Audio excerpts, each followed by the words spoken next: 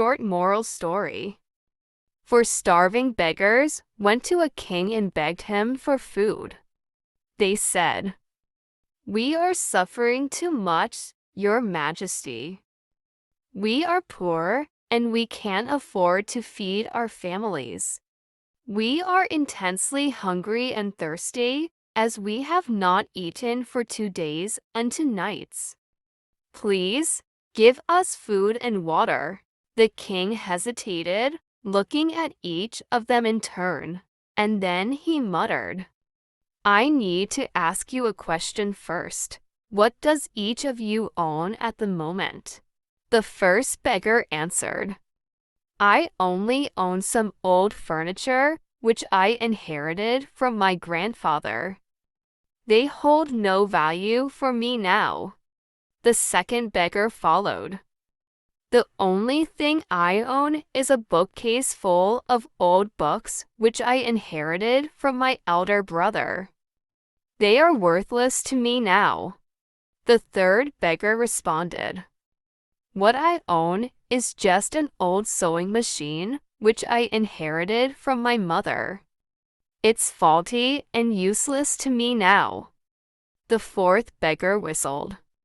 "The only thing I own is a large piece of farmland which I inherited from my father. That's all." Upon listening to the four beggars, the king was silent for a moment. However, he asked 3 of them to go into the dining room, excluding the fourth beggar, who began to wonder why he was rejected. In the dining room, the 3 beggars were served plenty kinds of food: pasta, roasted chicken, mashed potatoes, bread, cheese, fruits, and wine. They were also offered food to take home to their families. Meanwhile, the fourth beggar was left hungry and was given nothing. He saw deeply sad. As the 4 of them left the palace, the king's attendant went straight to the king and asked, "Your Majesty, why didn't you give food to the fourth beggar?" The king answered, "A man who owns a farmland shouldn't complain of hunger.